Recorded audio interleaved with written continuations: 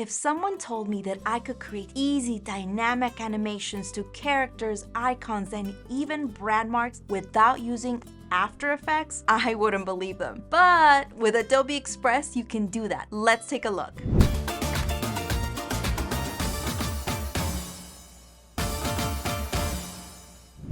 I have a presentation here and I want to add a little bit of a dynamic animation. Typically, we'd have to go jump to a third-party app and create this complicated animation.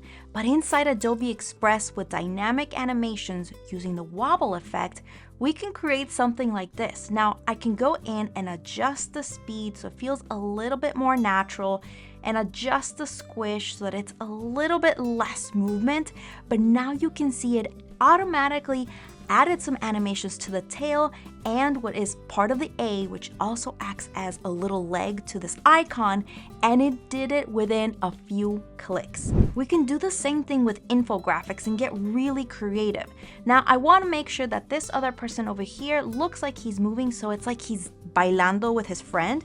So I'm going to do the same process, click on animation, add the wobble effect. Then I make my adjustments, decrease the speed, adjust the squish, and this is looking really great. And now you can also add dynamic wobble animations to your content. Thanks for watching. We have an entire playlist where you can learn more right over here.